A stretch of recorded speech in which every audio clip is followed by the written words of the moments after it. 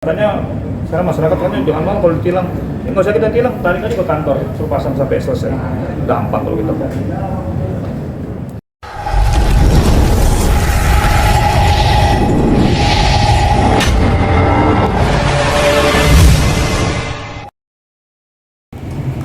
Terima kasih Pak Kadif Humas, yang saya hormati Pak Karopenmas, Pak Dirgapum, rekan-rekan media.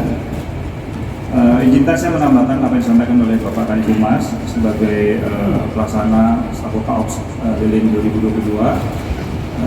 Pertama, ucapan terima kasih saya selain kepada seluruh Kementerian Lembaga TNI Polri, kami juga mengucapkan terima kasih kepada media yang kemarin terus menginformasikan tentang bagaimana ancaman cuaca itu menjadi satu hal yang cukup menonjol pada pelaksanaan pengamanan kegiatan Natal Tahun Baru tahun ini. Pertama, secara umum target adalah tercapainya situasi kamtip di jalan lantas, baik pada jalur tol, arteri, serta wisata, dan tempat ibadah. Tadi disampaikan oleh Bapak Kadif Humas, seluruhnya dikatakan untuk relatif aman. Kemudian distribusi untuk logistik dan BBM juga selama kegiatan juga tidak ada kita menemukan laporan. Untuk pengamanan tidak saya akan ulangi, tadi disampaikan oleh Bapak Kadif Humas. Saya ingin menyampaikan beberapa catatan-catatan yang berikut sesuai dengan target yang disampaikan. Bahwa dalam 11 hari operasi yang kita laksanakan kemarin yang cukup menonjol di bidang pergerakan masyarakat di jalan, jumlah kecelakaan memang naik 11% dibandingkan dengan 2019. Kita ambil tahun perbandingan ini karena 2019 itu belum terjadi pandemi COVID. Kita lakukan perbandingan dengan tahun tersebut, itu ada kenaikan 11%. Namun alhamdulillahnya untuk meninggal dunia pada kecelakaan ini menurun sebanyak 40%. Ya, kita patut bersyukur masyarakat bisa melaksanakan kegiatan ini dengan baik. Kemudian untuk luka berat juga menurun 19%. Luka ringan juga menurun sebanyak 5%. Saya perlu sampaikan bahwa dalam kecelakaan yang meningkat ini yang menonjol adalah kecelakaan tunggal. Saya tidak tahu, akan kita lakukan tentunya studi-studi lagi, apakah karena faktor kelelahan atau karena dan lain sebagainya ingin cepat sampai di tempat tujuan. Yang banyak terjadi setelah kecelakaan adalah modus kecelakaan pola tunggal ini terjadi adalah kecelakaan depan-depan. Ya, umumnya masyarakat ketika bermanuver mendahului ini paling banyak terjadi. Yang kedua depan belakang, berarti kemungkinannya hanya dua, satu tidak konsentrasi, yang satu tidak dijaga jarak. Ini tentunya akan menjadi evaluasi kita dalam sasaran bagaimana mengingatkan kembali kepada masyarakat tentang dua faktor ini. Alhamdulillah di jalan tol tidak ada kecelakaan yang menonjol. Kita bisa lakukan rekayasa sedemikian rupa, tapi kejadian justru banyak terjadi di jalan arteri. Nah, kita akan meningkatkan pengawasan di sini dengan semua faktor yang ada, apakah manusianya atau jalannya. Kita yang tercatat di jalan arteri ini lebih banyak terjadi pada saat Natal dan Tahun Baru. Untuk korban yang tertinggi itu di luar profesi PNS, karyawan wisata, mahasiswa pelajar, pengemudi, TNI Polri. Jadi artinya yang lain-lain ini yang tidak bekerja, ibu rumah tangga, petani, pensiunan, ini yang justru mendominasi kecelakaan yang kemarin terjadi. Ya, lain-lainnya. Jadi ini juga menjadi salah satu catatan kita, walaupun menurun 12% dari jumlah kecelakaannya. Untuk profesi pelaku, ya tadi itu korban tadi, yang saya katakan tadi korban. Untuk pelaku juga ini masuk ke kategori lain-lain, artinya di luar PNS, karyawan TNI Polri. Jadi pelaku maupun korban justru yang banyak di profesi tadi ya, tidak bekerja, petani maupun pensiunan. Dan lagi-lagi masih ranmor roda 2 yang mendominasi kecelakaannya. Ya, jadi kita katanya masih harus lebih atensi terhadap para pengguna kendaraan roda 2, baik mungkin karena kecepatan atau mungkin melawan arah dan lain sebagainya. Kemudian untuk penindakan pelanggaran lalu lintas, untuk tilang kita naik 37%, untuk teguran juga naik 34%.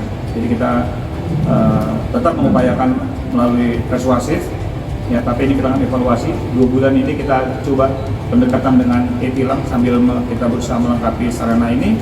Kita lihat masyarakat dari sisi kesadaran lalu lintasnya itu sendiri. apakah masih kita akan tetap menggunakan e-tilang atau tetap akan kita kombinasi kembali dengan tilang yang selama ini secara manual kita laksanakan, ya, karena tercatat beberapa indikasi. Nanti Anef akan mungkin lebih detail bisa disampaikan kepada Pak Dirgakum hadir di samping saya. Apakah masyarakat sudah bisa kita lepas dengan kesadaran atau bisa kita kembalikan lagi kepada mesin yang selama ini terpasang. Rekan-rekan sekalian, kami mencatat dari 4 gerbang tol utama kendaraan yang keluar dan masuk menuju Jakarta kemarin bervariasi naik turun, tapi sampai data terakhir kemarin itu masih tercatat sekitar 7.000 kendaraan lebih, 7.063 kendaraan atau sekitar minus 0,4% kendaraan arus normal. Jadi mungkin masih ada masyarakat yang masih menikmati liburan belum masuk Jakarta sampai hari ini, atau masih ada yang WFH seperti himbauan kami, tapi secara umum kondisi lalu lintas di jalan tol seluruhnya bisa kita laksanakan dengan baik. Kejadian yang menonjol itu ada 2.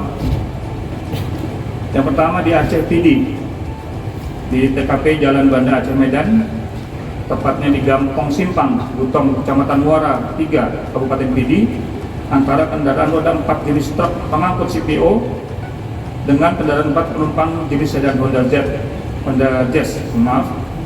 Status korban meninggal dunia ada 6 orang, dengan luka berat 2 orang, kerugian sekitar 110 juta rupiah.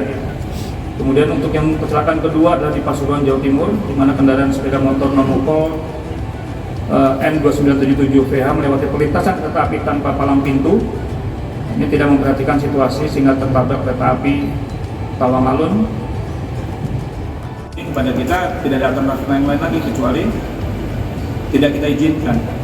Ini tolong dipahami masyarakat yang mungkin sekarang mau berusaha untuk menjadikan kendaraan-kendaraan itu dipakai untuk sekedar menyenangkan orang tapi bahaya, ya jangan, gitu ya, jangan, itu upayanya. Yang terakhir tentunya yang paling pasti penegakan hukum sendiri, karena kita berikan tilang tapi dengan tetap beroperasi juga percuma, sebetulnya seperti itu ya. Jadi kita harus sama-sama dari semua sisi, petugas, manusianya, para pengusahanya, dan masyarakat. Kalau nggak ada masyarakat yang naik juga, saya kira nggak ada lagi orang mau yang naik, ya. Saya kira ini. Milih. Kalau masyarakatnya nggak mau juga nggak akan ngelaku, gitu ya.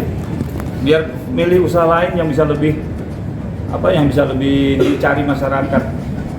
Memang ini tantangan saya katakan tadi. Ke depan, kalau saya bilang jangan, nggak usah. Saya bikin plat nomor yang tidak bisa dibuat di pinggir jalan itu cukup. Gitu. Tinggal sekarang masyarakat mau patuh nggak? Pakai yang di belakangnya, jangan dicopotin kayak sekarang. Saya udah bilang sama reserse nih, kalau besok reserse nggak ambil ya kita nanti yang patroli yang di jalan kalau ada, katanya sekarang masyarakat katanya jangan mau kalau ditilang, nggak usah kita tilang, tarik aja ke kantor, suruh pasang sampai selesai. Gampang kalau kita. Motivasinya apa nggak tahu, di belakang dicopot. Udah dugaan saya pelaku begal, sudah gitu aja. Kalau nggak mau pelaku begal pasang coba. Ya, di sini. Terima kasih.